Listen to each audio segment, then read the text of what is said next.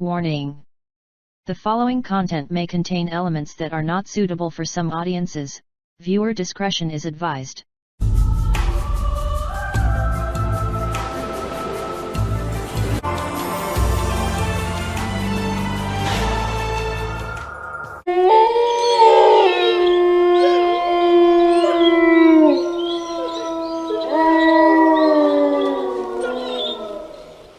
Warren Jeffs, one of the most dangerous child sexual predators alive today, a false prophet in the fundamentalist Latter-day Mormon cult. This is a horrid, horrific, sad story. Let's watch this. I got called into an actual heavenly session. First, he had the ladies shower together to be completely clean, and you were supposed to wash each other, and a prayer was said while you washed each other and touched each other in certain places and all that. In the one I was in, I did not experience him go into the convulsions, or maybe they had already happened, because by the time I got in there, other ladies were already in there, and he was laying on the floor. Then it was like everybody working together to through sexual excitement and whatever, bringing him back to life because he had atoned for the people. I look back on it. It was very uncomfortable, but at the same time, if you didn't give the right reaction, the consequence was either getting sent away or getting shunned because you didn't give the right reaction, so you wouldn't get to be a part of another one for a long time until you said your prayers and repented and was righteous enough. And this was the new way to have a child. Oh my gosh. So if you wanted to get pregnant, you had to be good enough to be in one of these.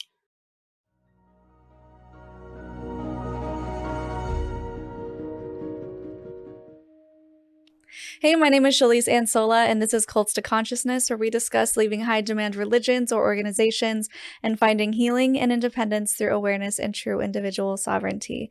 As always, if you are only listening and you'd like to see our faces, you can go to our YouTube channel at Cults to Consciousness, where you can subscribe, join in on the conversation. We love seeing those comments, those words of encouragement for our guests who are coming on and sharing their stories.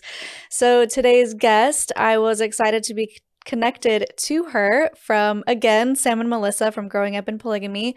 And we alluded to her story in one of our live streams where we were speaking about Ammon's story, who we also got and we're so excited about. So we're just stealing all their guests. She was the 13th wife of Warren Jeffs, the prophet, the leader of the FLDS Church, which is the Fundamentalist Church of Jesus Christ of Latter-day Saints. She was married to him when she was only 16. We're going to be talking about her story growing up in the FLDS. A reminder for those who aren't familiar, this is an offshoot of the mainstream Mormon church. This is not the big one that you see today with the missionaries coming and knocking on your door. This is the fundamentalist branch that continued to practice polygamy. Obviously, if she was his 13th wife, we're going to talk about what it was like when she was sent to Texas, what happened when the police came and raided the compound and took a bunch of the children away. So she is now his ex-wife and not afraid to come out and tell her story. So thank you so much for joining us, Ada Marie. Thank you so much, Shalise, for having me. I'm grateful to be here today. Thank you. Yeah, you did an interview with Sam and Melissa that was 6 or 8 hours long. I don't know how you did it. And so anyone who is watching this and wants to know the full, uncut, extended version, you can go to their page and watch that. Yes, I hope I don't bore the guests, but I want to say thank you to them because it really did feel good to just sit down and tell the whole thing. Mm-hmm. And I've always been a person that has a hard time leaving out the details. So it was very, very healing to me. I'm grateful for that opportunity. Yeah, that's really incredible. There is something special about being able to just get it off your chest. I know when I did my interview on Mormon Stories, I learned so much about myself in those 3 hours. And I had told my story over and over in other podcasts, but something about that long form really does something to you. So that's great. I'm glad you had that opportunity. We keep ours to about an hour and a half. So this will be the shortened, condensed version of all the main plot points. So I think we have to start. You just told me this off camera and it blew my mind. Can we talk about your name and how it flip-flopped and why? Yes. So growing up, my name is Ada Marie Draper, but growing up, I was nicknamed Amy by my family. When I started going to school, I had to be called Ada because there was another Amy in my class. But when I got married to Warren, I was known as Amy. And then about a year or so later, he did also get another lady named Ada. So I was known as Amy. But about, I don't know, it was probably 2012 or 2013, he sent a message to the family. He was changing some of the ladies' names, even two ladies that had the same name, telling them that their name was an evil name. So he gave them a totally different name. But around this time, he sent a revelation to the family telling them to call me now Ada Marie. Not just Ada or not Amy anymore, but Ada Marie. That is my legal name. So that is what I go by now today as well. That is so interesting. This is a revelation he gave from prison then. Yes. Yeah, he had been in prison for quite a few years at that time. What was your reaction to this? What were other people's reactions? I think you said the evil name was Colleen or Colleen. Colleen. Mm-hmm. Interesting. Okay. So what are their reactions like? Oh no, I have to change my name? I mean, I was a person that was so brainwashed, you would say, just so wanting to do everything just right, that if he gave any kind of directive for you personally, it was actually such a privilege and an honor. Oh, okay. I can't speak for these other ladies that got their name and had to wonder or whatever why their name wasn't a good name. But I remember thinking, at least my name's not a bad name. You know, he just changed it back to my original name, and I didn't have to get used to something totally different. Yeah. Because we all had to get used to calling these other ladies by something totally different, and it was kind of weird and different. Mm-hmm. But for us, it was just this privilege and honor if he ever said almost anything to you, even though sometimes it was weird and strange. So, yeah. That's so interesting. So I'm excited to hear more of your perspective about him, having been married to him. Let's talk about the early years and your first memories of him. I think it was when he was the principal, right before he was a prophet? Yes. So me growing up in the FLDS religion is kind of different than what you hear from most people. I grew up in the late 80s, early 90s, and it was a lot more free for our family.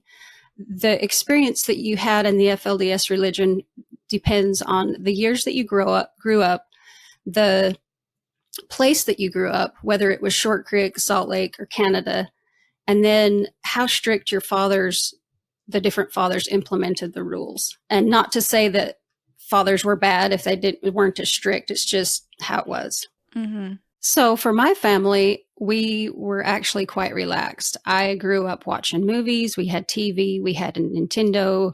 I remember playing Mario Brothers and Ninja Turtles, and went to public school when I was younger, first through 7th grade in Short Creek. I was able to get books from the library and read. So we used to go to St. George, and I remember actually swimming in the public swimming pool. We would go bowling, go skating in the skating rink there. So I had a pretty normal childhood, you would say, as you might call normal with the world. And I enjoyed it a lot. I have really fond memories of our family singing around the piano together. I had 2 brothers that got into barbershop. And I mention this because now whenever I hear barbershop music, it just fills my soul with joy. But they would sing together in the living room, and we would go to their shows. They competed. I would go watch them live and stuff like that in the Rocky Mountain District.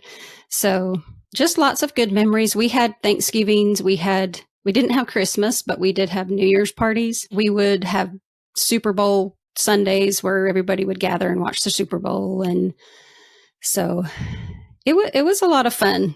For those who aren't familiar, everything you just listed would have been banned later on, right? Most of the things you listed. Yes. Okay, so that's why you're saying, yeah, it was pretty normal because we could do all these fun things, where afterwards certain books were banned or most books were banned, and you couldn't swim and you couldn't go to movies, you couldn't watch movies.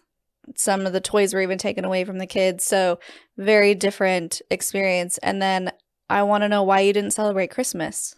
That's just how it was all the time with me through my growing up years. So my grandfather is Leroy S. Johnson, which was the prophet before Reuben Jeffs. Oh. I think I remember reading in his sermons when he told the people, let's get rid of the Christmas tree. And I think it was kind of an idol. They were trying to get rid of idol worshiping things or things that just served as an idol. And he told the people to focus more around that time on Joseph Smith's, I can't remember if it's his birthday or his martyrdom. I think it's his birthday is around the end of December. So that's what the people were supposed to remember because also we did not believe that the Savior was born on December 25th. Uh-huh. We believe that he was born on April 6th. And that's so interesting about Christmas. This is the first time I'm hearing about this, and we've done a few FLDS videos. So, okay, interesting.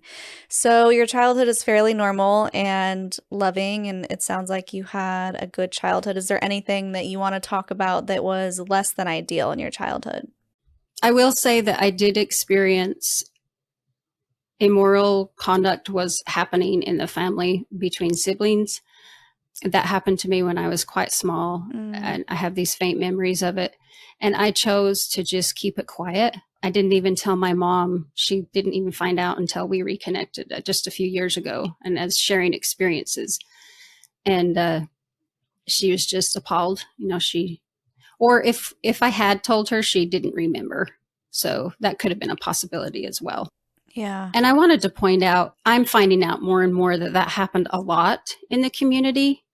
And I'm not trying to down everybody, but what I would say is it's more likely to happen in these huge families with lots of kids.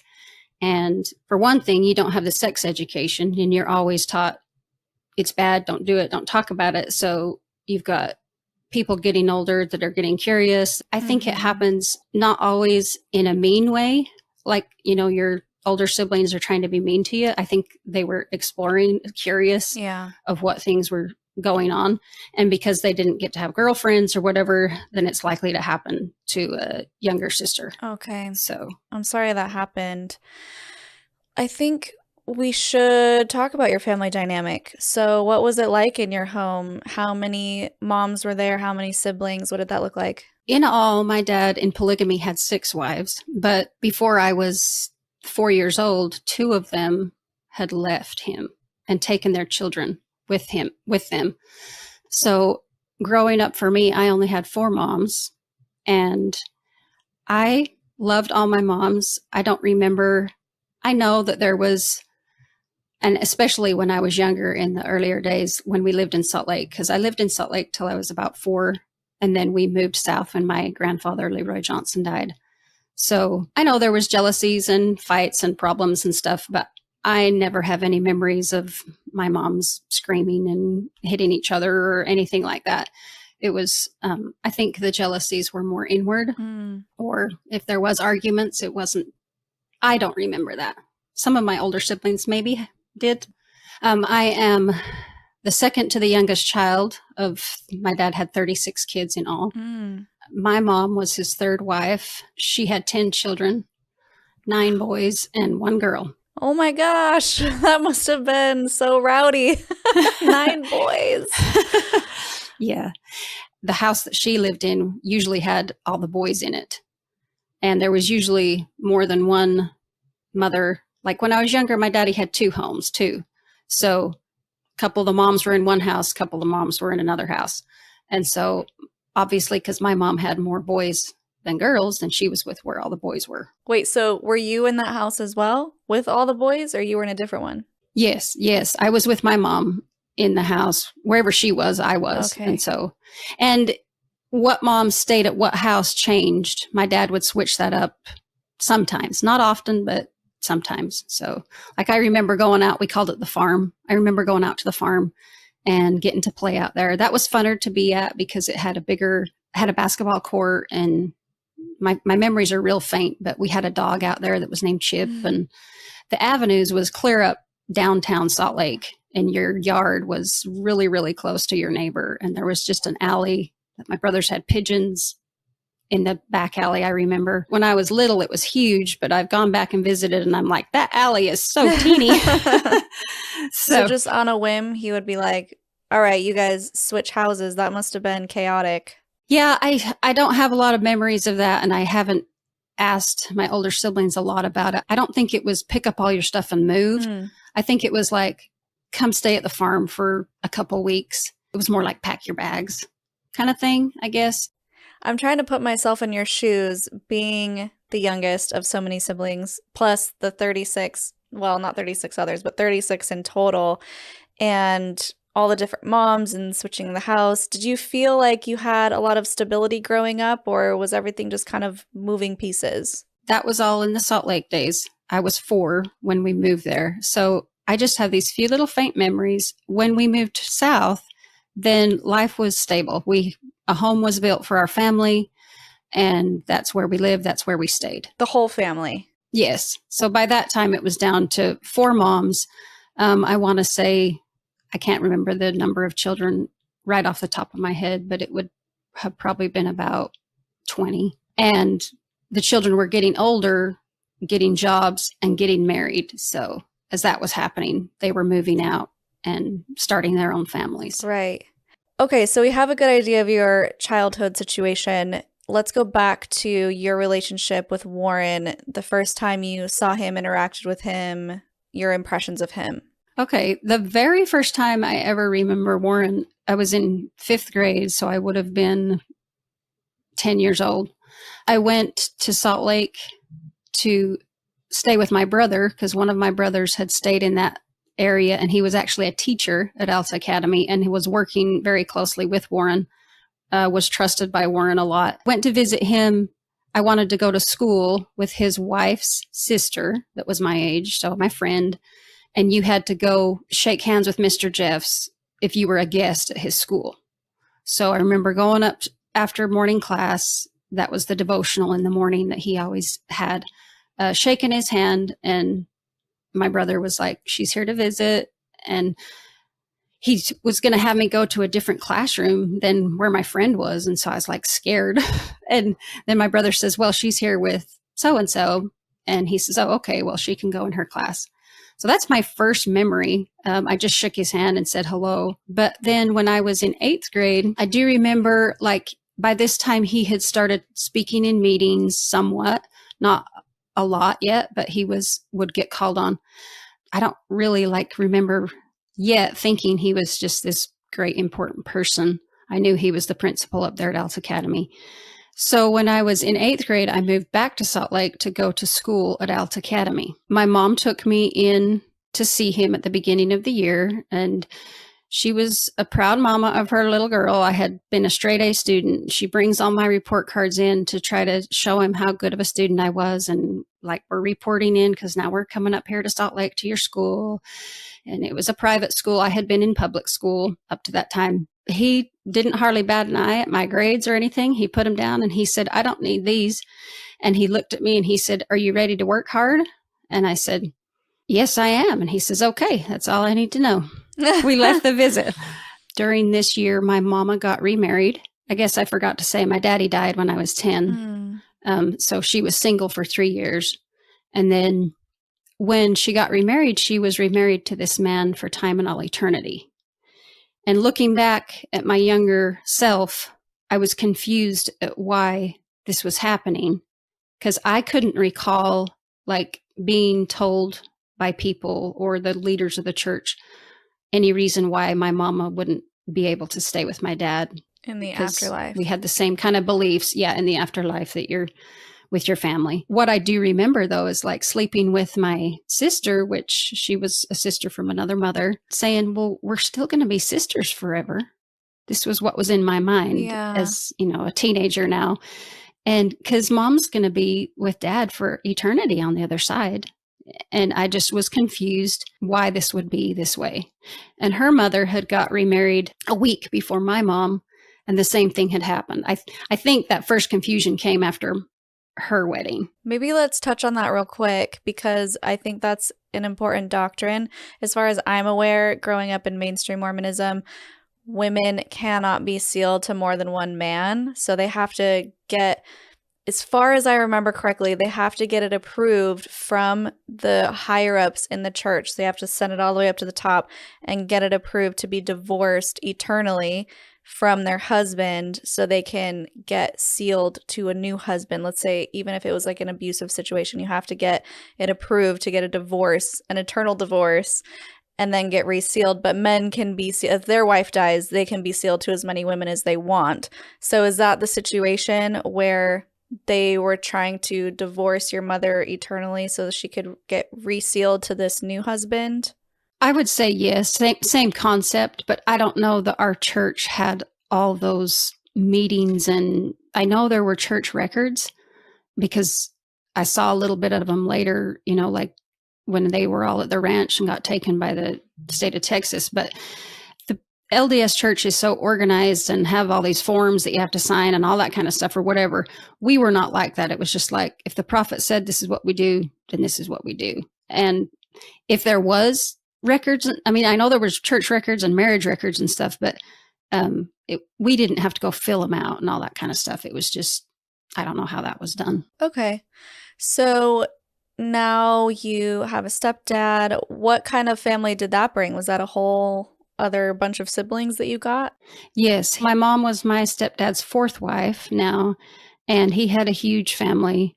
I absolutely loved my 3 years in this family. So obviously, you're going to have sister problems when you have 7 girls sharing a room together. Also, you're going to have a little bit of jealousies. I was a new girl coming into the family, and I will say that I had a very likable personality. And so I did have a sister, maybe sisters that were a little bit jealous of that. There was a little bit of problem there. And this is also where, when I moved up there, my life changed as far as all that freeness of, doing all the normal things when I was a child. The family dynamic was so enjoyable and fun to me because it was such a large scale. We had this huge, my stepdaddy lived in like this subdivision in Salt Lake, and all his brothers had homes in the subdivision. So the cousins could all gather up together on this field and play a huge game of soccer or whatever you wanted to play. So we would have these huge canning projects of canning applesauce or tomatoes or whatever it was for our food storage. We had gardens and orchards, and music has been a big part of my life. We lived at the top of this golf course hill. So I remember if I was ever stressed or down or the way I handled it, I would go to the top of that hill and sing at the top of my lungs and just let my voice go out over the golf course hill. Nice. That sounds awesome. I do need to say here that during going to school here at Alta Academy is where I remember up to this time, like having conversations with my girlfriends. I can't ever remember really thinking that you didn't want to live polygamy or you did, because I remember seeing men that only had one wife and kind of thinking that they were bad. I say that carefully because it's like they needed to have more than one wife to get into the celestial kingdom. Right. And so as I'm getting older, it's not really a thought of if I want to live polygamy or not. That's what we know we have to live to get to the celestial kingdom. But it was like, what number of wife do you want to be? I did want to be the first one when I was younger. But then when I started going to school and going to these classes that Warren was teaching to the girls at home ec on Fridays, my mind switched because of the indoctrination that I was getting from him through those trainings. Then I started thinking, okay, I really want to live polygamy. Probably would want to be like the third or the fourth wife. I don't want to be the first wife because she's probably going to be the most jealous to watch all the ladies come into the family. And anyway, had all these reasons of why I thought the third or the fourth would be the best one. Oh my gosh. So Warren was teaching a class about marriage to young girls. Yes. In high school there at Alta Academy on Fridays, the boys would go and get a class from one of the men. And it was kind of the same thing, teaching them to be good fathers. But they also had what was called construction on Fridays. And they went and learned construction skills. Girls went and had a little class with Warren. And there was a book that the church had published called The Enlightened Truth. And that was our text that we would go through. And so his lessons were like touching the topics in this book. And there was all sorts of chapters on, how to work with children, how to be a good wife, what kind of entertainment to have in your home with your children. Anyway, I could go on, but that was our text that we were reading, and we would be assigned what to read until the next Friday. But in that class, he pointed out 3 things, and they've stuck with me to this day, that a girl should pray for to prepare for marriage. And she was to pray to be given to a man that could exalt her. She was to pray for a man that could help her raise her children in enlightened truth. And then you were supposed to pray that the channel would be clear when it came time for you to get married. What does that mean? Praying the channel would be clear was that the Lord could speak to the prophet who you belong to. And you would be clean and pure so that channel wouldn't be obstructed in any way. So that's what was your, like, I remember as a teenager fighting, not thinking about the boys and stuff, because I want that channel to be clear, because I want the Lord to be able to say to the prophet who I belong to. Okay. Interesting. Do you still have access to that book you mentioned? I do, actually. Yes, I do have the book. Oh my gosh, I want to do an entire episode on that book. I want to read it. I want to see what's in there. I'm just so curious. The book was a compilation of quotes from the prophets. So, like, it would have a heading, how to be a good wife or whatever. Okay. And I believe Warren put this together under his father's direction, clear back in the early 90s. So then it would have like a quote taken from Uncle Roy with a paragraph talking about this topic, and Uncle Rulin talking about this topic. As far as I can remember, that book did not have Warren's specific words himself, because he wasn't a prophet at that time. He was just his father's helper. So it was it had Brigham Young, it had John Taylor in it, different quotes from the leaders of the church. Oh boy. And it was given to couples when they got married to help them in their marriage. It was kind of like our guide for marriage life. Well, knowing the stand-up guy that Brigham Young was, I can only imagine the quotes that are in there from him. Yeah. Yikes. I want to offer you a book I wrote called Understanding Christian Apologetics, a Comprehensive Guide. Why do I expose false teachers, false prophets, and heretics on my YouTube channel? Am I a gossip? Am I a slanderer? Do I bring division to the body of Christ? Why do I do this? This book, Understanding Christian Apologetics, goes into a deep, thorough analysis of why I do what I do. What is the ministry of discernment, understanding Christian apologetics? This is an ebook. It's free of charge, no cost to you. Order your copy today. Now let's get back into the program.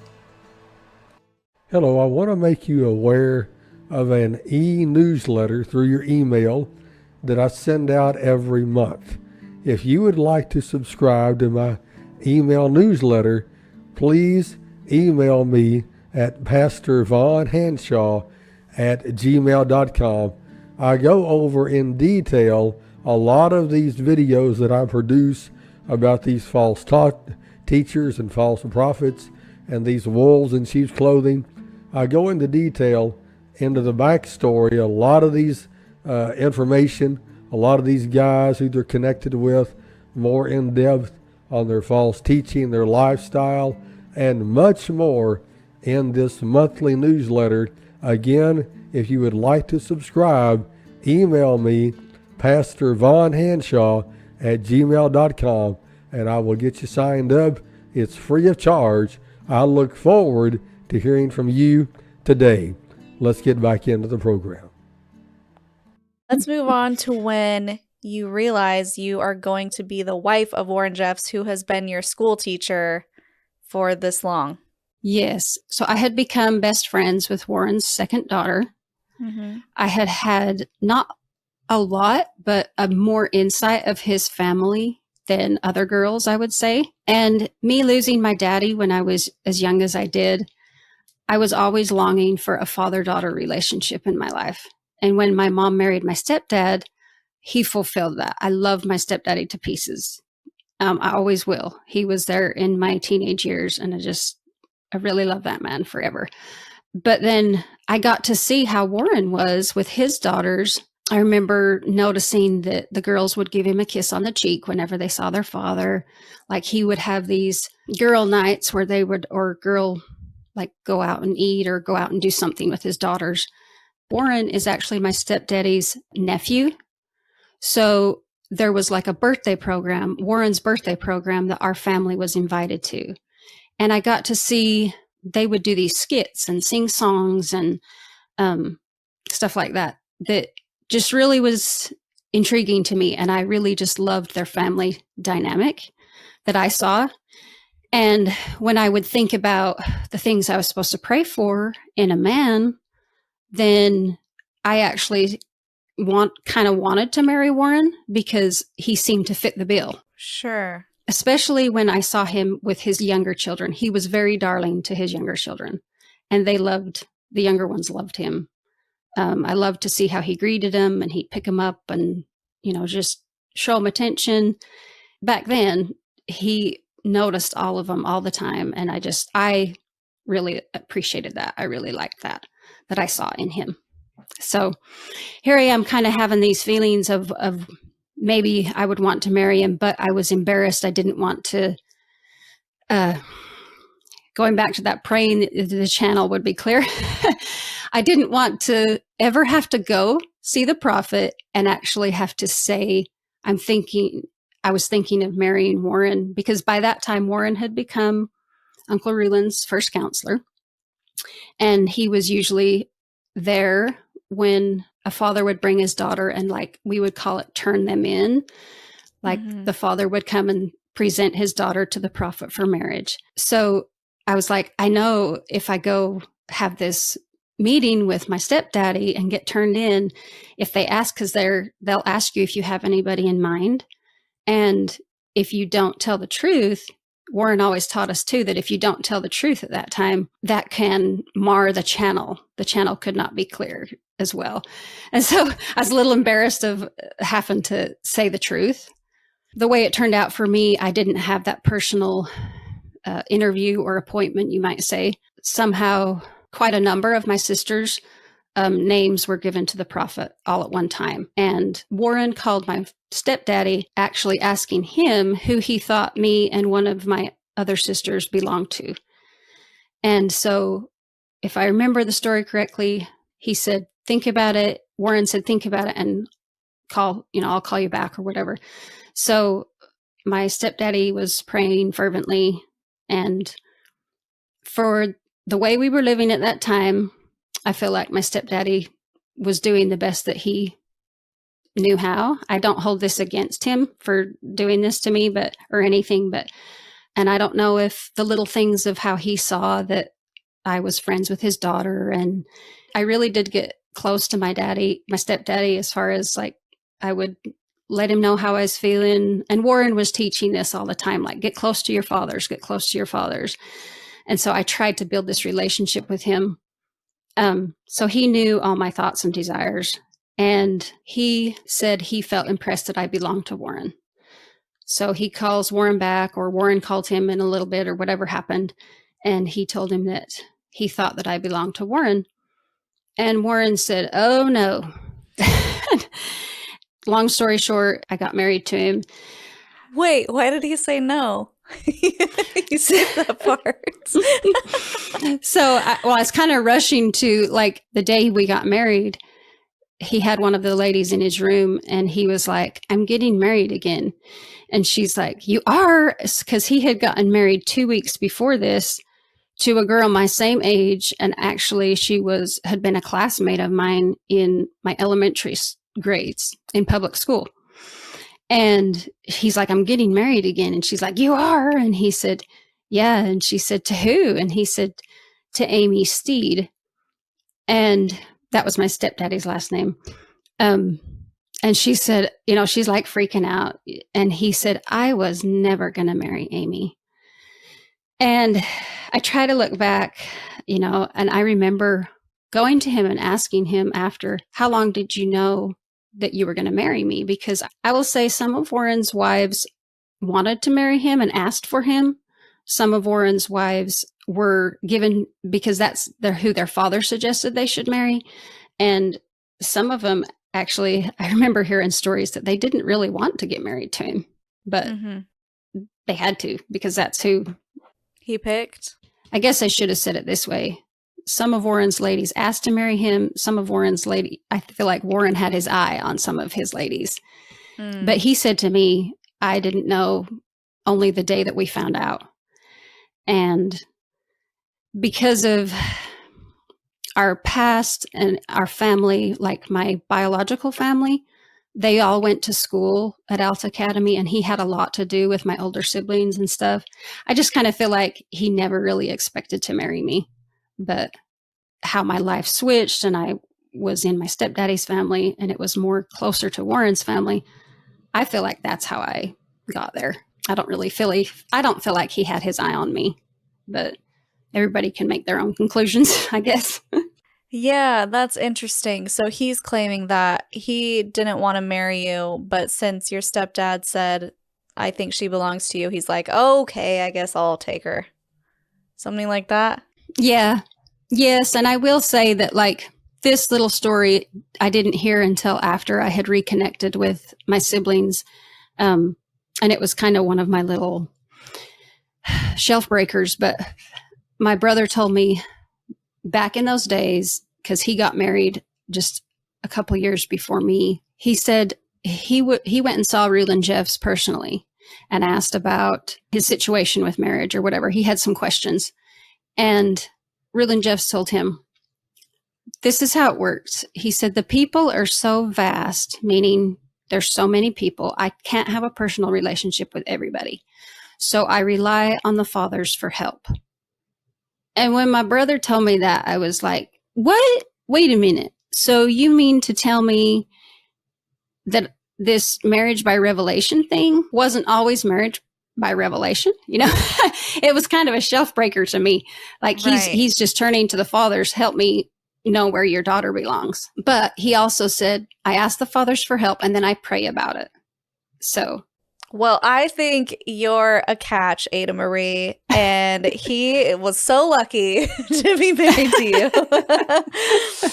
So what did your best friend think if you all of a sudden became her mom? She was sweet to me, but it was weird for her. I remember her, she gave me a picture of her I read it just the other day. She had written on the end of it, Dear Mother Amy. And she's like, I'm getting used to that. It's been weird, but I'm so glad you're in our family. But she did say after a little while, she said, I ain't going to make any more friends because all my friends marry father. Oh, that's so sad. Yeah. The next 2 or 3 ladies that got married after me were her friends as well and were my friends. Oh, man. So, were any of your sisters also married to him? No, not any of my biological sisters. I did have a distant relative from my mama's side of the family that was married to him. And and it's funny because your mentality back then, I always wanted a sister to marry him. I always wanted to have a sister wife. That's just what to say. Okay. And that might have also been, my mom had that. 2 of my moms were sisters. So my mom and her sister were married to my dad. So I don't know. You see it when you're a kid. So you think you want it when you get older. You think you want it kind of thing. until you have to share your husband with your sister. And then you're like, wait, this is different than I thought.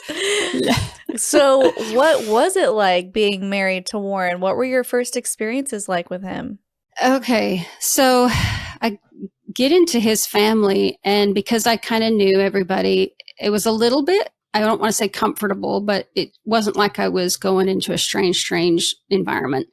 I also had been helping teach school. His daughter that was my best friend and her mom had been teaching 2nd grade in his home. The family was familiar to me, but now here I'm supposed to create this relationship with Mr. Jeffs, which was different, but I thought that it was the right thing I was supposed to be doing. So I'm like trying to make it work out. I had a hard time talking to him personally.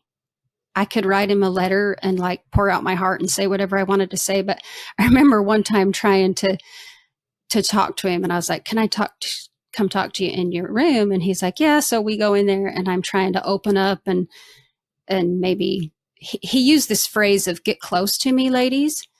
And I thought that it was like letting him know your past and your, I don't know, the things you would share with your husband. Okay.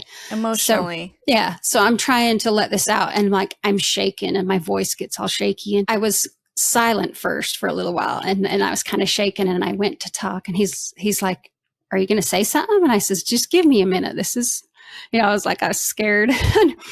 And anyway, I finally start talking, and he's like, are you saying this because, are you trying to tell me these things because of, I guess we had a mother's class or something, and he was encouraging us to get close and open up to him or whatever. And I said, yeah. And he says, well, let's save this for another time. And I was like, oh, okay. Oh, he just shut you down like that? Yeah. And then I had the experience of, I guess I want to be a voice for the ladies that everybody thinks of Warren, and they think he gets married to these young girls and he throws them down and has sex with them in the bed or whatever. Well, there's a different side of the story as well. The day I got married, I got sent to my own room, and I slept in my room for 2 weeks before anything.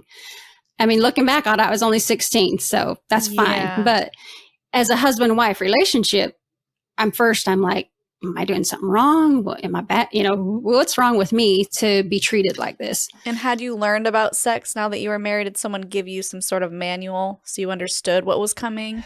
No. So I had no sex education. When I had started my menstrual cycle, it was only shown to me, how to wear pads, but the being told and taught what happens to a girl when she starts her period and stuff, none of that had been explained to me. And I do remember knowing that it took a man and a lady to have a baby, but my sex education was zero. Mm-hmm. So the first time we were together intimately, after all was said and done, he was like, tell me if you're pregnant. And it was just like a blow in the water. I was like, whoa. And I said, I better not be pregnant. And that's all I really remember of the conversation at that moment. But long story short, he was offended at that and took it as I did not want to have children. So I was left alone for 6 months. I remember after a month or so, like wondering what I did wrong, but me not being able to communicate with him very good. I couldn't just walk up to him and say, hey, what's going on? I just wondered if this was what happened. And there's something that he used to always tell us that I can see the whole reason why, which was terrible, why he would say this, but he'd always tell us, ladies, don't ever talk about our intimate relationships with another sister wife. So I couldn't go to another sister wife and say, hey, this is what's happening to me. Is this what's happening to you or whatever? Yeah. Is this normal? So I'm living in this wonderment of what I did wrong for 6 months. Oh, man. When I look back on that time, I remember now that he would publicly say, like in front of, let's say all the ladies were sitting up in the living room, and I would come in, or if I went up to say hi to him, or somehow he'd bring it up and say, you were the one that didn't want children. You were the one that didn't want children. And I remember it frustrating me so bad and saying, that's not what I meant. And just being so upset because I did want to have children, and people can say, yeah, you're 17 and you want to have a child, but the lady that got married right after me, a month and a half after me, she was already pregnant. You look around at all the other ladies and see what's going on, and you just look at yourself and wonder, well, what's wrong with me? I'm not coming up to the mark somehow because I'm not getting the blessings or whatever, that was my mindset back then that other people were getting. That's so frustrating because you are a young girl. You have no sex education. I don't know what the sexual experience was like. I can't imagine he was super loving. Maybe I'm wrong, but I feel like it was probably a little transactional, and you're just thinking, I don't want to be pregnant yet. I mean, I'm still young, but obviously him and his fragile ego taking it the wrong way. And that's so awful that he punished you for that, which made you want to be with him, which is interesting. There's so many things happening in my head right now. Did you feel any sort of sexual attraction toward him, or did you just know that you wanted children eventually? I look back on it and it's like, I got married so young, I didn't really have a plan, but I would just look around and see what was happening with everybody else and want to be a part of it. Okay. And that's kind of how it was your whole life in Warren's family. Other people are moving on, getting these blessings, doing these things. Well, you want to be a part of it too. You want to keep up with the Joneses. You don't want to be left behind. So I remember like having excited feelings, like if he held my hand or something like that. But I feel like there was no chemistry really between us. And then there was no effort on his part but he never came and said, I was sorry. He was sorry for the way he treated me. Or if he finally realized that it was just, I was confused or I really didn't mean that. He never came and apologized and said, hey, let's work this out. Let's try to, nothing like that. It was with him, it was always the lady's fault if you weren't close to him and didn't have a good relationship with him. That was your responsibility to make it so that your relationship was right with him. Wow. And I will say that there was other ladies like me. And then what happened, and I don't know why he chose me for this little role, I guess, in his home, you might say, other than that, I had said before, I had a very likable personality. And I have a lot of people tell me, you are such a loving person. So as these ladies would come into the family, he started to have them share a room with me after the house there were so many ladies that we couldn't all have our own room. So he usually had the new lady live with me for a little while. And he would say, help her feel comfortable, help her feel, loved in the family, teach her little things like wait up for Warren when he comes home late from being with father, or there was little things that you could show him that made him feel like you wanted to be with him, or you loved him, or you liked him and wanted a relationship with him. Like if you were a lady that just could care less, then he wasn't going to show you the time of day, and he would give you the silent treatment. Whoa. Yeah. I started to have this role of helping and blessing the other ladies as they came in the family to try to help them get close to him. There's so much to unpack there. You're giving me so much gold, Ada Marie. I'm just like, wait, he taught you how to essentially groom other women to fit his specific needs. And like, this is how you love me. And if you don't do these things, I won't pay attention to you. That's what I'm hearing. Yeah. I mean, it was basically like that, like the stay up late at night thing to make sure you get to see him, because he did get very busy with his father and you hardly got to see him. So you had to show forth that effort to be where he was, to show him that you were interested in him. So interesting. He would say, ladies don't play hard to get, but he could play hard to get. But if we played hard to get, then we wouldn't get anything from him. I didn't even put the pieces together that this is before he became prophet. Yes. This is, my relationship, trying to build a relationship with my principal, my teacher, before he became the leader. And I have to ask, because we did the interview with Ammon, and Ammon is Warren Jeff's son. Where does he fit into all this? Do you remember interacting with little Ammon? Absolutely. So another thing that Warren saw that I was really good at was working with his children. So I was on the children all the time. And yes, I used to work with Ammon and his older brothers. I would take them to the zoo and we would clean pens and we would clean gutters. And in my other interview, I give a detailed, everybody wonders what it was like a day in the life of WSJ. Well, I give that in the other interview. And so the children were very monitored with an adult all the time. And it was your responsibility to keep them busy through the day. But back then we had playtime. We had toys, we had the yard, we had games, so there was time for play, there was time for jobs, and then there was time for, bed and get them up in the morning and all that kind of stuff. So yes, I remember Ammon very well. Oh, He sent baby photos, and I was like, stop. They're so cute. Okay. Many of you have asked me the question, where can I get a good book on Christian Bible doctrine? I've compiled this one on the fundamental beliefs of Christianity from an Arminian perspective, since I am an Arminian minister, meaning that I'm not Calvinist. I believe in the Arminian doctrine that man does have a free will. So I cover all of those doctrines, every major doctrine in Christianity in this book. It's well over 300 pages long. Get your copy today. It's free. I'm not charging a dime for it. My email is pastorvonhanshaw@gmail.com. Order your copy today. Let's get back into the program.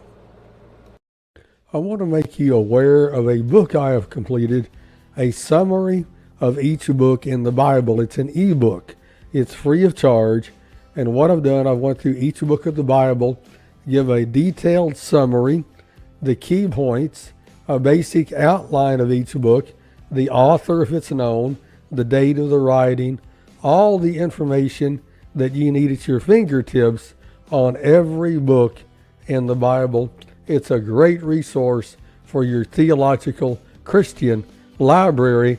Order your free copy today. My email address is pastorvonhanshaw@gmail.com. Let's get back into the program.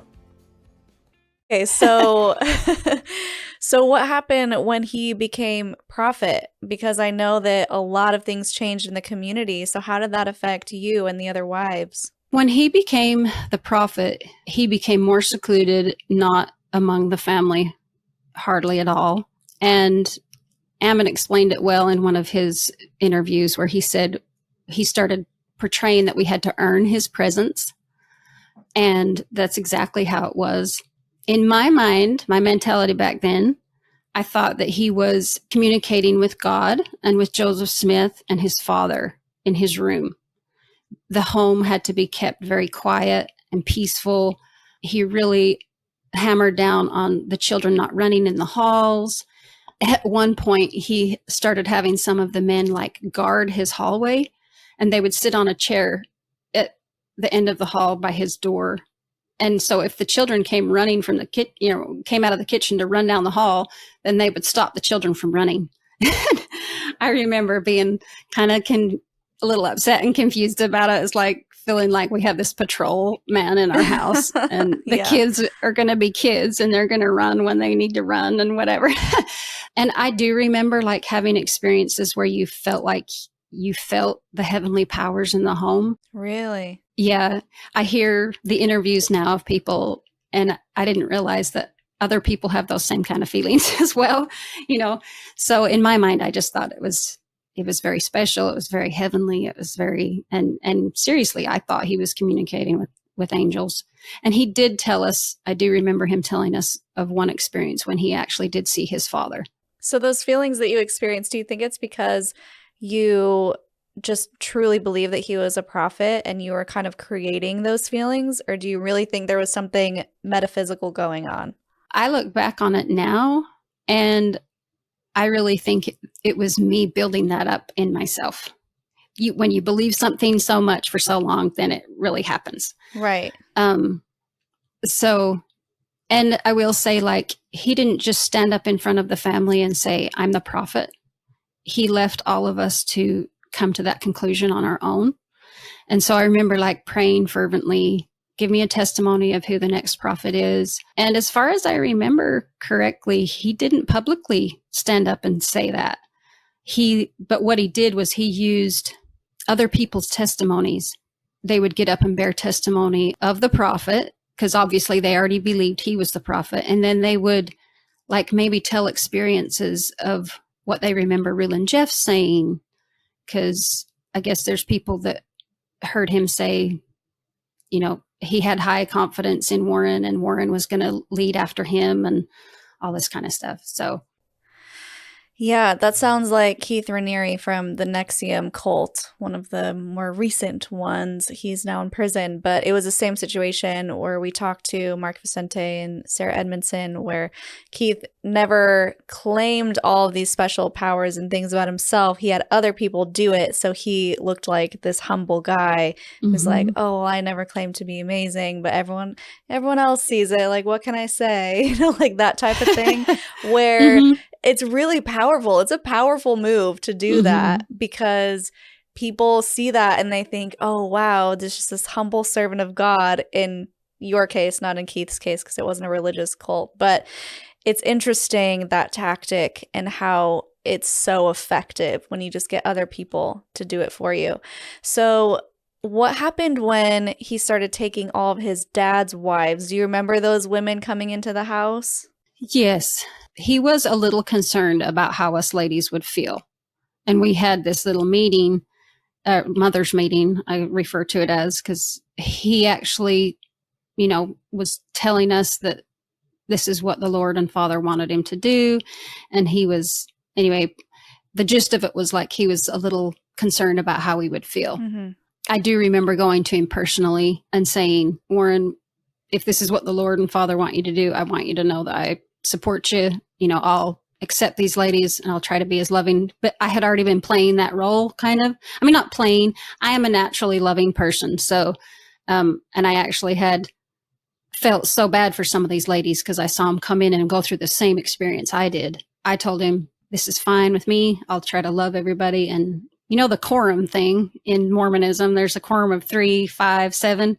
So he started marrying his father's ladies in these quorums of 7 or 5 or 3, whatever it was. He did not receive all of his father's wives. I can think, this isn't very, very many in comparison to how many there were, but I can think of at least a dozen to 15 to maybe even 20 of the ladies that married other men. And they were some of Warren's brothers. It's just kind of close men that Warren had been using and Reland Jeffs had already been using. He did not marry his mothers that were like his mothers growing up that had bore Reland Jeffs' children. Just a sentence. He didn't marry his mothers that were his mothers, but he married the other mothers that weren't really his mothers growing up. It's too much. Let me rephrase that. He didn't marry his mothers that bore Reland Jeffs' children. Okay. So they came into his family and under his care as the grandmothers. So they were the grandmothers of actually the grandmothers of Warren's children. So Warren's children and all of us would call them, grandmother so-and-so, grandmother so-and-so. So interesting. So okay. So he didn't marry them, but they were still in the household as grandma. Yes. Yeah. Wow. It's a lot. Okay. Is there anything else you want to talk about before we move on to Texas? I did just want to point out, like, another role I played was teaching school. So after I married him, I assisted 1 year teaching second grade. And then I taught second grade for like 14 years. Wow. So I did get to see how that started and progressed. And I want to say the teachers put a lot into the school, and you didn't get paid. It was all voluntarily. And then when like the curriculum needed to be fixed because it has words in it that aren't proper, it has dress in it that isn't proper, then the teachers had to go in and fix those things. And so we first started with just whiteout and a pen, and then we got smarter on computers and learned how to scan things in and change pictures. And eventually over time, after we had moved to Texas, we were recreating a whole new curriculum. And it was a very educational experience of trying to make up a curriculum. Yeah. And some of us teachers that had taught consistently for so many years, we took all the experience we had and tried to make a curriculum for the grade that we had worked in. But everybody thinks of FLDS as not receiving education. Like I said, it depends on what time you grew up, but I just saw the teaching experience go from, it actually was very good when it was a organized, Yes, it was a private school after Warren came back down to Short Creek. And then after he became the prophet and went to Texas was when he started these restrictions of the homeschools turned into prominent last names, like all grouped together. And then from there, it went from we're not going to do those anymore to everybody do homeschool in their own home. And that's when the homeschooling fell apart, because you have a woman that has 8 to 10 children, and what if she's the only wife in the home? She can't do all the chores and teach 5 different grades all at once. And that's where the education of the FLDS went down the drain, I feel like. Because even after he became the prophet, for a year, they had a large Jeff's Academy in the old Phelps Elementary School building where I went to public school when I was younger. And Rulon Jeff's wives and Warren's wives taught there. So I want to say it was 2004 when everything just went to pot for the education from then on. And you were 17 when you became a teacher then? Yes. Mm-hmm. Wow. And going to Alpha Academy, I had received up to a 10th grade education. And I was trying to graduate 3 years. In 3 years, and I had started trying to do my classes after we moved back south, but it kind of all fell apart, and I ended up helping in 2nd grade anyway, so. Okay. All right. So he starts disappearing, and no one really knows where he's going except the certain elite people that he chose, and he's building up this Texas compound in El Dorado. So when did you become aware of where he was and what he was doing? He became the leader in 2002, 8 months to a year later. We started noticing people disappearing. And again, there's that feeling of some people are advancing and going forward, and I don't want to get left behind. So I naturally had those feelings. Long story short, he decides that he needs to remove his children from the property there in Short Creek, because the government was going to come after him and take him away from him. And he had a certain date and a certain time that they had to be off the property. And he informed the mothers that were going with the children, the mothers that were leaving their own children. All that happened in one day. I was told at about 2:00 in the afternoon that I would be going with all these young children. And I was flabbergasted, because first I thought I was going, but it did not register to me that the children would be going. Mm-hmm. And so I was thinking, who's going to stay here and do all the children? Because I had been taking care of children all those years in his family. And then he drops the bomb that they're all coming with us. And I was like, whoa. In my mind, I had visioned this home out in the desert with a flat roof. I don't know, for some reason, it's this flat roof always came to my mind. And I was like, how am I supposed to take care of all these children out in the middle of nowhere with nothing to do, was my thoughts. It was a very emotional experience. And I look back on it now, and it's very tender to me to realize that I was instrumental with him again in causing harm and hurt to other ladies. But also, I hope that I was some comfort to them in going through that experience, because the children knew me and were used to me. So I hope that helped those ladies in that trying time, that at least if they couldn't be with their children, at least they could go with somebody that they trusted and that they knew. So you mean you felt you caused them harm because you knew that they couldn't come and you went with the kids? Yes, because that's what Warren was requiring of us. Like, I got called. I was one of the first 5 ladies to go with the children. And that first initial time, none of the biological mothers got to come with the children. What was that like, seeing them be separated? It was very emotional, but at the same time, everybody had this, we're going to Zion. And we thought it was necessary because the government was going to come in and steal the children. So we looked at it as a escape, or, what God required of us. We looked at it as the sacrifice that we needed to prove worthy to go on this next mission, the mission of Zion. And looking back, there wasn't anything actually going on, right? He was just paranoid. Right. And somewhat to think of him as he was a father, and he did. I think every man that brings forth, has children has somewhat of love for his children. And maybe he was doing this as a way to have his children where he could see him still, because he was on the run and he knew that he needed to be more discreet and not be seen. So maybe he did this to try to bring his children to where he could at least see him somewhat. That's right. He was on the FBI's most wanted list at this time. So it wasn't totally out of the blue. He was wanted and running. Yeah, I'm not exactly the dates of when he became on the FBI, but even before that, we had times in Short Creek where they came to our doors and tried to subpoena him. And so we were already always prepared for anything if we needed to flee or if we needed to this or that for our protection. As his wife, I looked at it as he was doing what he needed to protect us. You get to Texas, how many children are in your care and what's the age range? All the children that were 8 years old and younger came, and also his oldest son came. So we had 16 children right at first that came, 5 ladies. And me and one of the other ladies that always took care of the boys were together. So we had I want to say 9 or 10 boys in our care that both of us worked together to take care of them.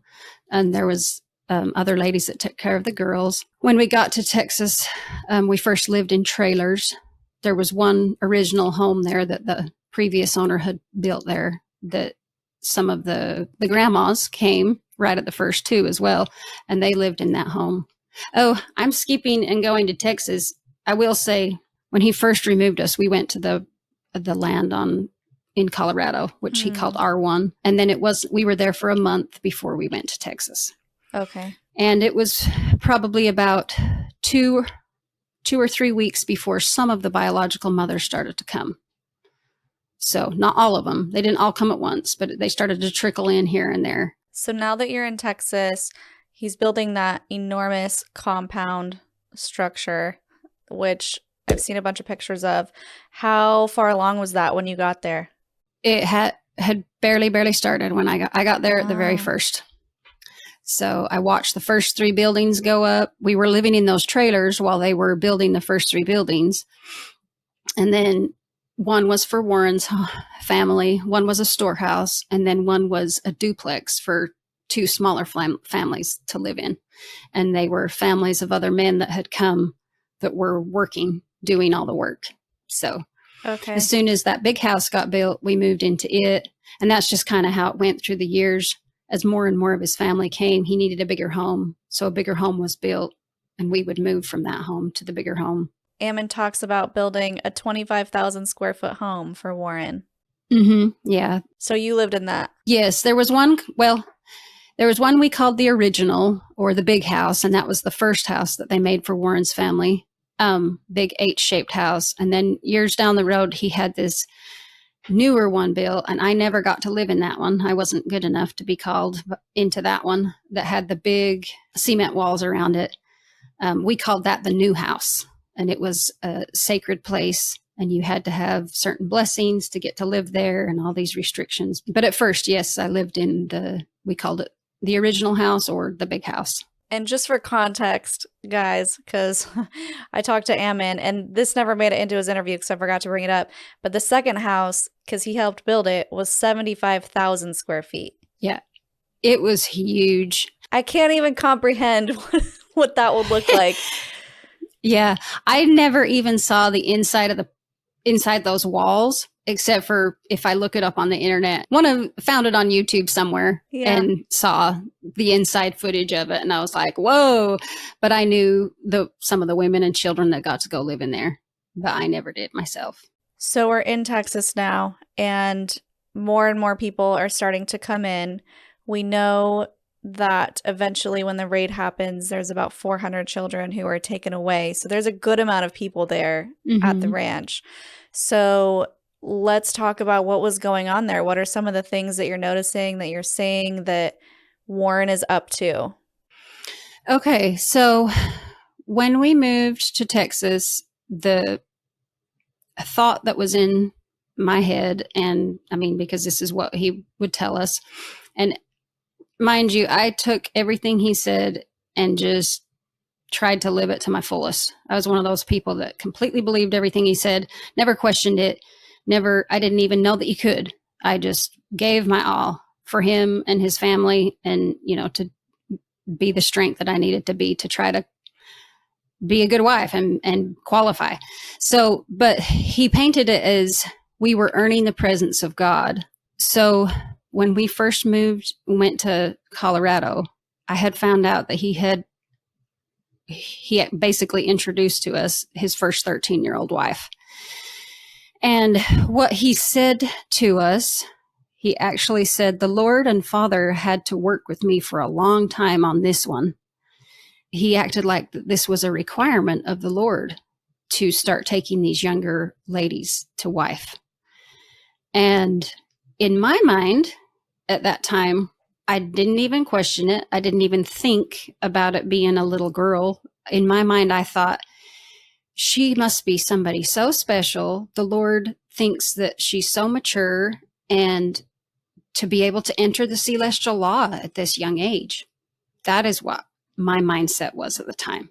And it's crazy to me now, but that shows how brainwashed you can be. And so I knew of one of them, but when we went to Texas, she didn't come. But after a while, then all of a sudden, 2 or 3 of them would show up on the land. And then another time on another visit when he came, 3 of them would come with it, whatever. They started popping up here and there. Pretty soon, he actually moved them all there. So by the time the raid happened, then I want to say all of his younger ladies were there or had been there at least once, because he still had the Colorado land. He still had, and now the South Dakota land was getting built as well. And so, he had family in all 3 of those places. Warren's family has never been under one roof since he became the prophet. So we've always been scattered wherever we were told to go. So we have these younger ladies getting married and getting pregnant. I didn't think anything of it. Like I said, I thought it was just that they were special and so mature and all that. But when the raid happened, and I don't know if he did this because maybe he was starting to feel guilty for the way he had treated me, but he allowed me to take care of another lady's little baby. She was 12 months old, and he had her leave the land. This little girl's mother left the land with another one of her children to go work with that child to help him be more obedient. But now he required of this lady that sacrifice to separate from her young child. And she was only 12 months old. And this 12-month-old child was left in my care. This is the one lady that I told you she's kind of related to me, distantly related. So I was taking care of this. Well, I had taken care of this little girl for about a year. Her mother had come back, but when the raid happened, she was gone to see Warren in Kingman. So I had her at the time the raid happened. And when I think back on the raid, I had one thing in my mind, and it was to take care of this little girl. I didn't try to get into all the business of what was happening and why they were there and what they were doing. She was my priority, and I stuck right with her. That was my whole focus through the whole thing. But I was taken off the land with her when we had communication still. I talked with her mother once, and she said, whatever happens, don't let them take her from you. And I said, they don't want the little ones. They want the older girls. Because by that time, we could realize that's what was happening. And she's like, they want all the children. And I just burst into tears. It was very stressful. We went through the experience of going to the different places they had us go to. The sleeping conditions weren't good. The food wasn't the greatest. The bathroom conditions and showering was horrible. Like I didn't shower for 3 or 4 days because you couldn't, and you didn't have clothes. And it was a big ordeal to try to get the people that were back on the land to send us some clothes so that we could get cleaned up. And we were hard to deal with. We wouldn't give any information. I will say that. There's a thing in the FLDS, mum is the word. And that was what we were told to do. So like by the time I went into this little interview with some people, I was holding the little girl that I had, and they tried, all I would give them is my name and her name. And then I just says, I don't want to say anymore without a lawyer. And so, hence the big mix up of everything being all mothers and who they belong to and children and everything was a big mess because part of it was because we wouldn't talk. I forget the exact dates of how long we were in custody, but finally I was separated from this little girl. I'm going to get mixed up between Coliseum and Civic Center and all that kind of stuff. So wherever we were, they were taking all the children that didn't have their parents with them and that were a certain age and putting them in one place. So I was just a caretaker. I wasn't the biological mother of this child. So they were going to separate me from her at this time. And we went in, and one of the CPS workers tried to peel her away from me, and she hung on to me and grabbed me. And it was very, very stressful. I said, wait a minute here. And what they told me was that just let her take the child and you'll get to come back with her. And so to feel her resistance in getting pulled away from me, there was another FLDS girl. She wasn't even in our family, but she looked like us. And so I said, can I give her to this older girl? And they said, yes. So I handed the little one to this other girl. I had actually taught her in second grade there on the land. And so I knew who she was. And so then the little one I was holding was okay with going to this person that she was used to. I mean, it looked like somebody she was used to. So they took me into this room, and I'll never forget, like, the picture is still in my mind. There's all these Texas Rangers with their hands on their hips and their cowboy hats on and guns on the side of them, just lining the walls. And I was devastated, and still always in my mind what this little one's mama had said to me, don't let them take her from you. And they stepped up to me and said, we're going to have to ask you to come over here because you look like you're under 18. I was 24 years at the time, 24 years old. And so then I get this resistance that comes up. I'm not under 18. I have a license, and I was one of the few people that had a license with me to prove it. So I showed them my license. They decided it was okay. I know that some people, they wouldn't even believe their licenses, and they just kept them when they were adults. But then I was mad at myself because when my senses came to my head, if I had not shown them my ID, I could have gone back with the little girl. Oh. But I was under so much stress and who knows after that if they would have separated us again, because that big group of children did get farmed out to different places. But it just was a weight that I carried on my shoulder for a long time. It wasn't my fault that she had to go through more trauma because I didn't answer the right thing and do the right thing. I mean, you did the best that you could, and under so much pressure and in survival mode and defense mode. Mm-hmm. Did the little girl get reunited with her mom eventually? Eventually she did, but what happened to her was she went with a big group of children to a certain place. And actually another one of Warren's ladies, she didn't have her ID to prove. So she was just 1 year younger than me, would have been 23. She had to stay in state custody, but she got to be there with that big group of children. It was one of the places that had the biggest group of them. Don't know the name right off the top of my head, but yeah. So she actually got a hold of this little girl and was able to take care of her through the whole experience of being separated from the mothers, which I was very grateful. But we did find out that she had this little yellow pillow that was her security. And when Warren had her mama leave and I took over her when she was 12 months old, that little pillow became her security. Found out on her 3rd birthday, she spent it alone in the hospital, and that little yellow pillow was lost. And that just tore my heart to pieces, because if she had any security, she needed that little yellow pillow, and she didn't have it.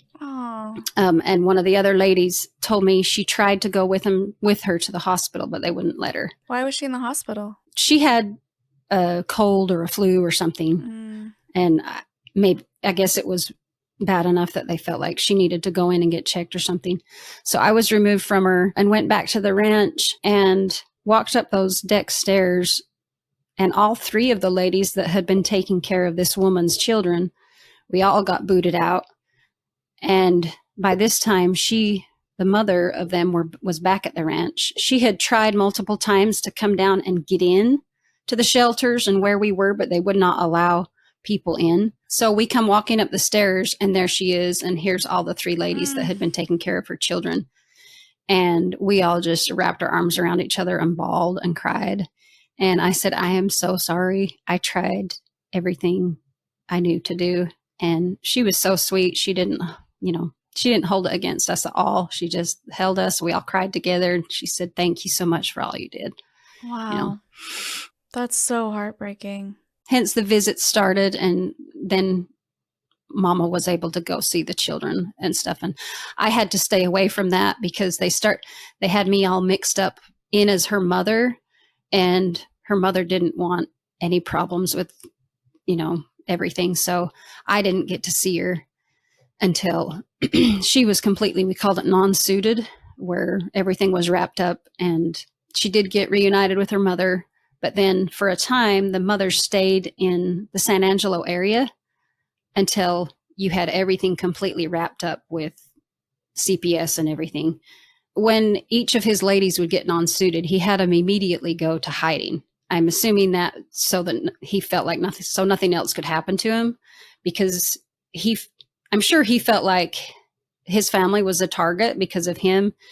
And I will say at this time too, I do remember people going to see him at the prison, and he would say, just let go of me and all this will stop.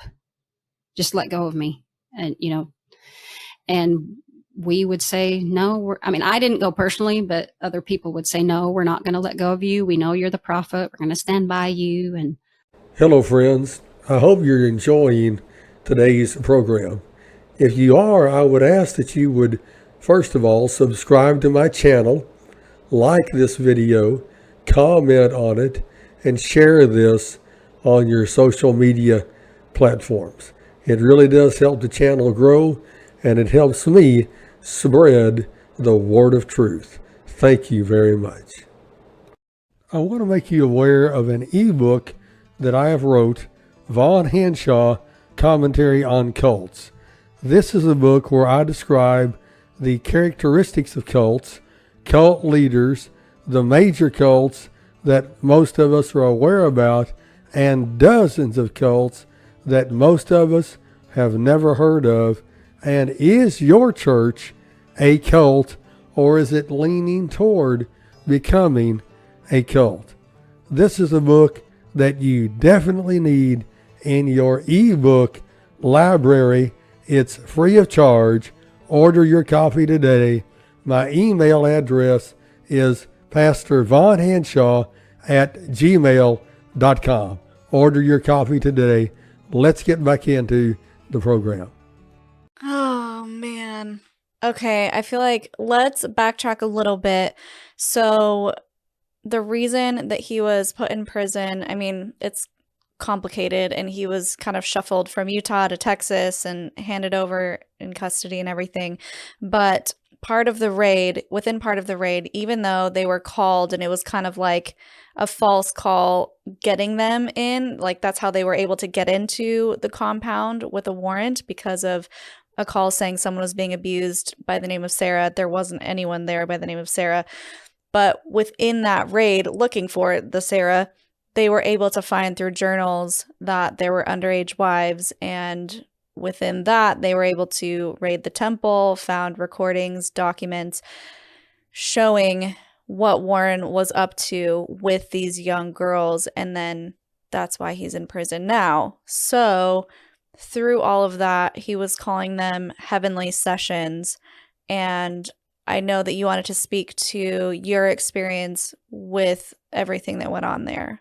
yes. So it was March of 06. And I'll tell the experience first, and then I'll just this is give a wrap up of what I have come to realize was happening through the years, which is very appalling. I mean, it just blows your mind. In '04, he started first with like this revelation that would be read to the ladies. And he would say, the end of section 132 states that, which is the law on celestial marriage. Doctrine and Covenants from Joseph Smith. Yeah.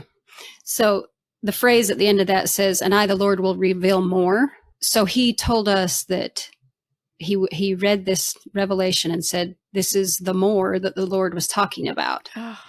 And first, my experience was I was in a little training session, you might say. First with him, he read this revelation, and you were to take all your clothes off in front of these 3 women and in front of him. And it was like to familiarize yourself being naked with other women. Completely naked. Yeah. And this is coming from a place where you are in these dresses that are head to toe, completely covered. Modesty is very important. I just want to make sure everyone understands the context of nudity within what you're used to. Yes. Yeah, absolutely. All of that. And then, like I mentioned before, to his ladies, like we weren't supposed to talk to each other about your sexual stuff with him at all. So all of a sudden you're stripping down in front of other ladies. And I look back on it now and I feel like he did this to kind of familiarize you to be a part of these sessions. Yeah. So first there's this revelation so that you think that it's from God. I want to say it was months later before I was named. And here you are thinking that you have to be good enough to have your name named to be a part of these things, because the Lord names to him who can come into these training sessions and then eventually these heavenly sessions.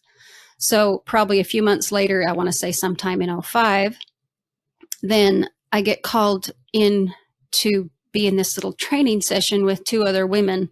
Warren's not even there. He wasn't even on the land at that time. And it was like, that was where I first learned some of the things that people touch you to excite you and different things like that. Mm-hmm. And it was 3 women doing this together. But you were supposed to have a prayer for him in your mind through it all, because if you had anything other than that, it was wicked. So it's like you're doing this for Warren, thinking of him through the whole time, and that's what made it okay and righteous. And he's commanding this through prison. He's commanding these female orgies in his name. This one was in '05, was before he was taken to prison. Okay. This little this little training session, he wasn't on the land, but he was still not in prison yet. Okay. So there's these little training sessions going on, again, to like one step further to familiarize you with this new way of having sex and getting pregnant.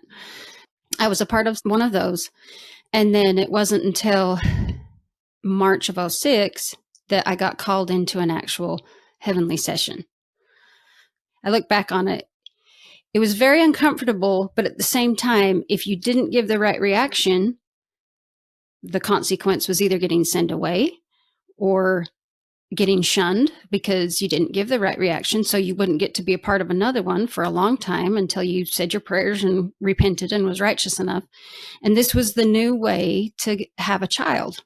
So if you wanted to get pregnant, you had to be good enough to be in one of these. Oh my gosh. He held that over your head. So this is the only time he would be intimate with his wives, was these group sessions. Right. Mm-hmm.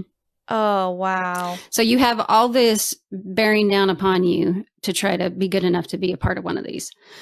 So I remember when I went in, we always knelt down and said a prayer before we went in his room, because it was like this heavenly place.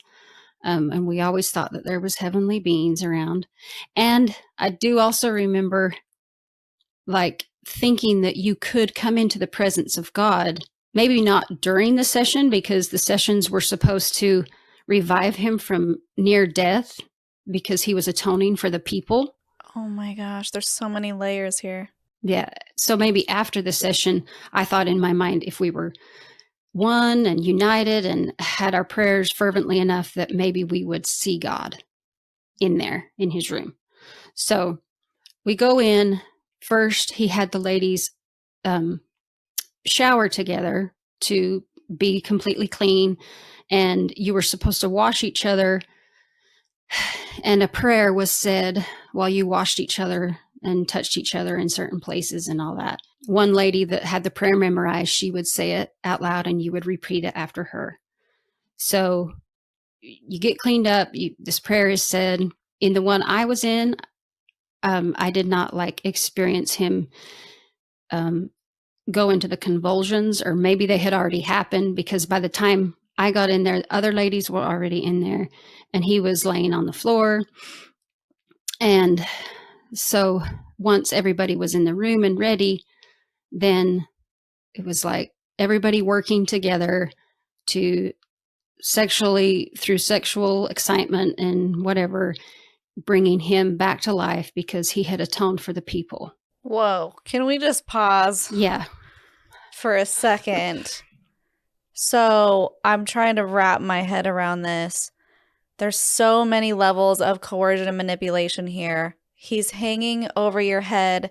This is how you get pregnant if you want a child. Mm-hmm. He's saying that if you don't respond and react in the right way, I'm going to send you away, potentially away from your own children that you already have, and me, and the Holy Land of Zion. He's saying that he's atoning for everybody's sins like Jesus, and it's your job to bring him back to life through these sexual experiences, and you're forced to do it with other women. Mm-hmm. And I'm just like, holy cow. And and he's telling you that these underage women are part of what God wants, just like Joseph Smith said, right? He's like, well, I don't want to do it, but God said, or this angel with a flaming sword said, so I have to. Whoops, such a bummer. But really, he's orchestrating this entire thing for his own sexual gratification at the expense of all of these women and girls. Mm-hmm. Mm-hmm. Oh, wow. It's terrible now that I reflect back on it. And it's so terrible for me to think that I thought that was godlike, that it was what you were, the heavenly thing to do. Well, I can't blame you for that. It's terrible. I mean, I'm definitely not judging. I mean, you were completely manipulated in this whole situation. I mean, from birth, you've been manipulated to feel and think and act these certain ways and conditioned, and it was just part of your reality. So I don't hold any judgment for you there. I completely understand the headspace. Well, I'm trying to understand the headspace that he had created for his wives, for these women who were doing these things. So is there anything else that you want to share about them? Not really. I mean, that was just the gist of it but you were actually, once he was alive enough to be sexually active, then you're actually just like witnessing him having sex with whoever he's having sex with right there. So people are just standing around watching? Well, you're supposed to continue to have sex with each other. Yeah, like you're with the other women, helping the other women feeling excited and doing things like that. So it's like this group, everything together. Yeah.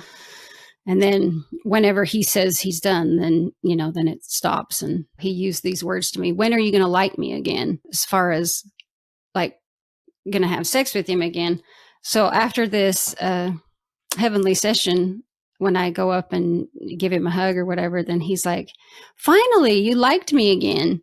And I was like, I remember thinking, well, back then I was like, I've liked you all along. I just haven't had the opportunity to, I wanted to, but anyway, but now I'm just like, you son of a bitch.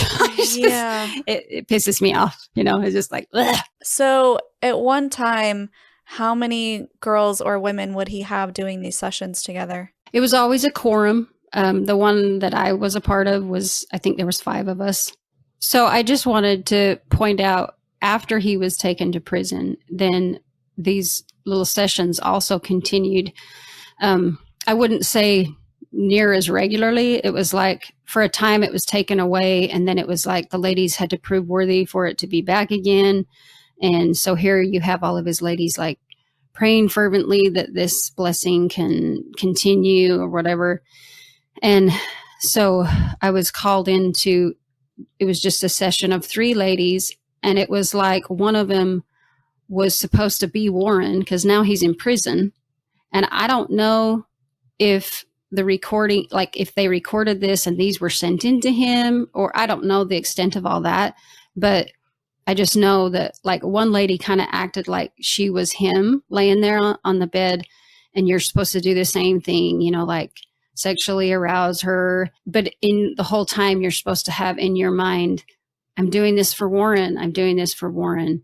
And he's supposed to be your thoughts. And my mindset at the time was, if that this strength will go on the wings of prayer and strengthen him in the prison, because he's atoning for the people in prison, and he still needs this to be brought back to life again through this sexual contact or whatever, however you say it. Whoa. I have a heart for the ladies that would get told to do these things because they were under that same manipulation. I don't hold it against them at all, because also when you were one of those uppity ones, then who knows what the stress they were going through. Like if they resisted or hesitated, for to have him look at you and say, are you hesitating or whatever, I can only imagine the pressure that they were under. So being one of his ladies, I have love and compassion for the ladies that kind of push this through for him. And I love them dearly. I always will. Oh, man.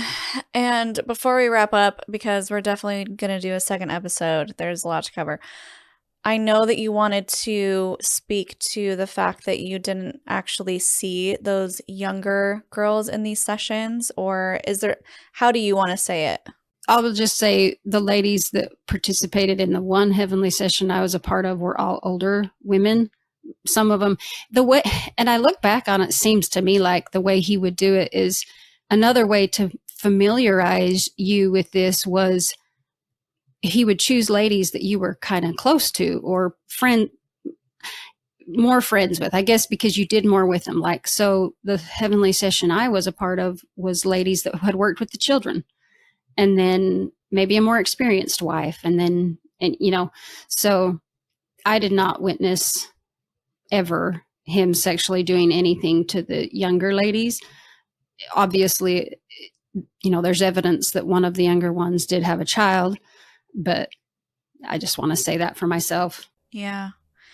Wow. Thank you for sharing all of that. It really adds new perspective to hearing about the heavenly sessions. I watched it on Keep, Sweet, Pray, and Obey, and it was just heartbreaking seeing all that evidence come out. And so to hear it from your perspective is really valuable. So I appreciate you being willing to share that. Thank you. It's hard to talk about, but yeah. I just feel like people need to know, and especially people that still try to, and I'm not out here to try to get everybody to leave the FLDS religion, but if they would stop and think, this is the man that I'm following, and this is what he was all doing in the name of God. And I'm far beyond that point that it's just okay for him to say that all this evil, immoral stuff is okay because God told him to do it. Yeah. It's like, no, he doesn't have that right. He's not some super special person to be able to do that and say that it's okay. I think once you're able to separate Warren from this prophet that you've built up in your mind, everything sort of falls into place, and you can recognize that he's just acting as a man. And I'm sure you can look back and see all of the reasons that he did what he did for his own gratification, and the manipulation and the coercion. It all just kind of falls on its face, and it falls apart once you can separate what he was doing, prophet, man, So this has been such a great episode. I definitely want to come back and do a second one where we talk about life after Warren was in prison and how that affected you as one of his wives, and how you were able to eventually get out and deconstruct and everything there. So with that, really quickly, I need your Linda Listen moment, your sassy statement, viral video as the toddler goes, or something inspirational for our viewers. It's up to you. Okay, I wrote this down, so I might have to look over here at this a little bit. But Linda Listen, if you are in a situation where someone makes you go against what you feel is right in your heart, whether it's morally, whether it's giving up communication and associating with your family members, whether it's he's telling you to shun people and judge people, listen to your heart and return to your heart and get rid of the heart that he has made of you because of his manipulating ways. I love it. That's great.